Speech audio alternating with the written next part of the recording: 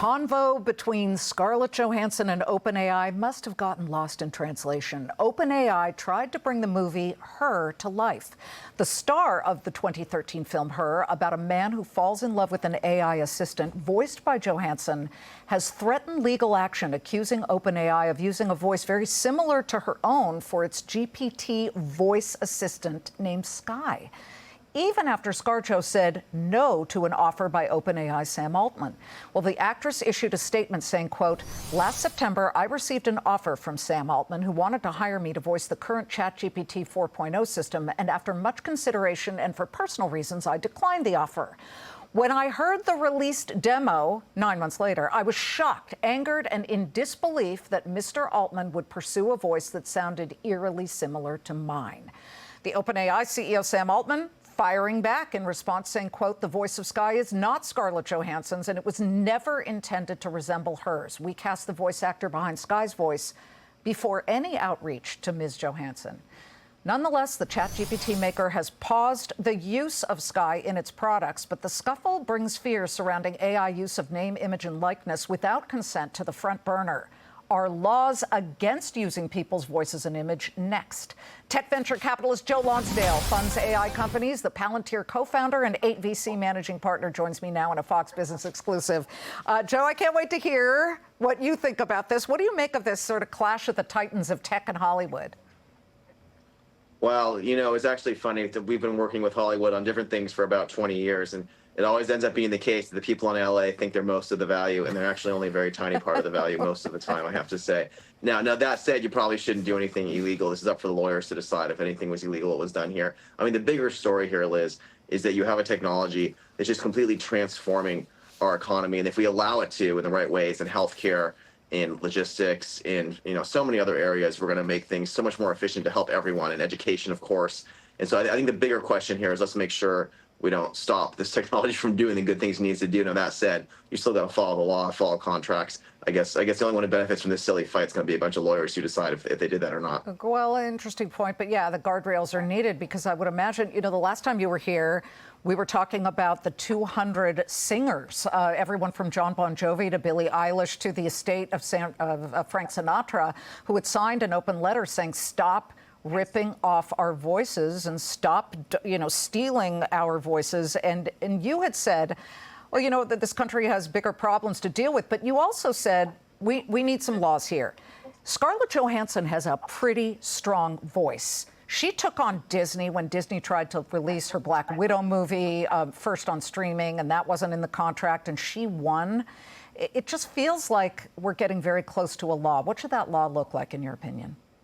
Yeah, well, I mean, listen, I love that she has a strong voice. I have 4 daughters, and I think women should stand up for themselves if they're taking advantage of it. In this case, it's not clear to me that's what happened. I mean, there are lots of things that happen in music and voices that sound very similar, and that's perfectly allowed. So it's not clear to me that there's anything wrong here. I think there probably should be something where if you're going to use someone's voice as input, and you're going to use their likeness, there's trademark laws, there's copyright laws. I think there already exists, and she shouldn't be able to take that and use it to promote a brand or promote something.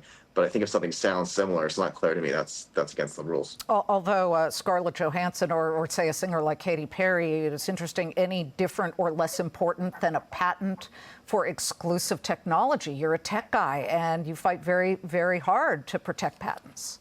Well, actually, that's not entirely true, Liz. That's a misconception, actually. I'm glad you said that, because the vast majority of time when you're dealing with patents, you're mostly dealing with patent trolls. And so in my experience, having built lots and lots of companies, having come up with lots of different things, I actually don't think software patents should exist, because most of the time you actually can figure these things out. I think patents are needed maybe in certain bio areas for certain therapeutics and molecules, because you have to invest all this money into them to get them across the line.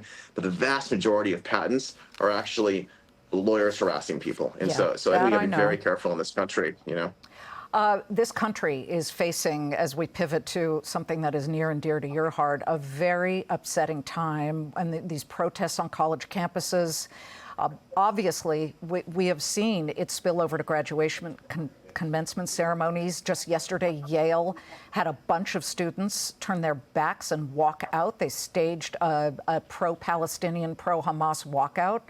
I guess they didn't want their diplomas. But that said, this is really swept across many Ivy League schools, the University of Michigan. It's not just Ivy League, UCLA. You have started University of Texas at Austin because you have felt that colleges are not educating students in the right way. They are too woke. You now have 100 students who are signed up and ready to start their education in the fall. How will University of Austin at Texas be different? Yeah, so University of Austin's a private university in Texas, and I mean, listen, Liz. A lot of these kids, I think there's a lot of moral confusion in our country. I think we have a culture where you're not allowed to actually debate these things openly. You're just supposed to already have the answers, and you're supposed to yell at the other side. And it's a very illiberal thing. So these kids probably never even heard the other arguments. They're not open to hearing the other arguments. They don't believe there are other arguments. I think you need to have universities that teach people to listen and to debate and to realize you don't have all the answers and to actually pursue truth. And I think there should be critical thinking classes where you have to make the argument for the other sides and really understand them. I don't think these kids have gone through that at all. I think it's very sad. There's a lot of moral confusion here because they've been brainwashed their whole lives in this very liberal perspective. But Joe, I think it's phenomenal that you have launched this university. It gives people an option to actually be educated, but also have the civil discourse. When you see these students who are wearing red gloves to symbolize blood-stained hands, and they're not talking about the blood-stained hands of Hamas, who murdered 1,200 Israeli and American civilians on October 7th. They're talking about America sticking up for a democracy by our government helping fund at least some of the weaponry to go to Israel. What does this tell you about the state of this nation and the students that are being churned out of some of these elite universities? I mean, frankly, Liz, I think a lot of them are unfortunately useful idiots. I think the original bloodstained hands was, of course, an extremist, radical Islamist sign of people being proud to have killed Jews, and that's where it was used. And like a lot of the slogans they're chanting and a lot of the things they're repeating, they're taking things that were done by radical Islamists, done by people who all of their values are completely against the way our society works, and they're championing them. And I think they're very naive because they actually haven't been in a culture that's forced them to debate and learn and have discourse and see anything going on right now. So I think it's a shame. I think it's sad. I think it's dangerous for our country. And I think if someone does try to speak up against them, they shut them down, they yell at them, and all these kids, most of the kids going to those schools, they've learned, it's just not worth it. It's not worth being courageous and speaking out against them. You just have to shut up and go along, otherwise your life's going to be hard. So we're training our best and brightest supposedly in these schools to be cowards. And that's a huge problem for our society. I would agree, and good luck with the launch of the university, Joe. You're a terrific American. You are among the best, really kind of capitalist, but also really thinking about the future. Thank you so much.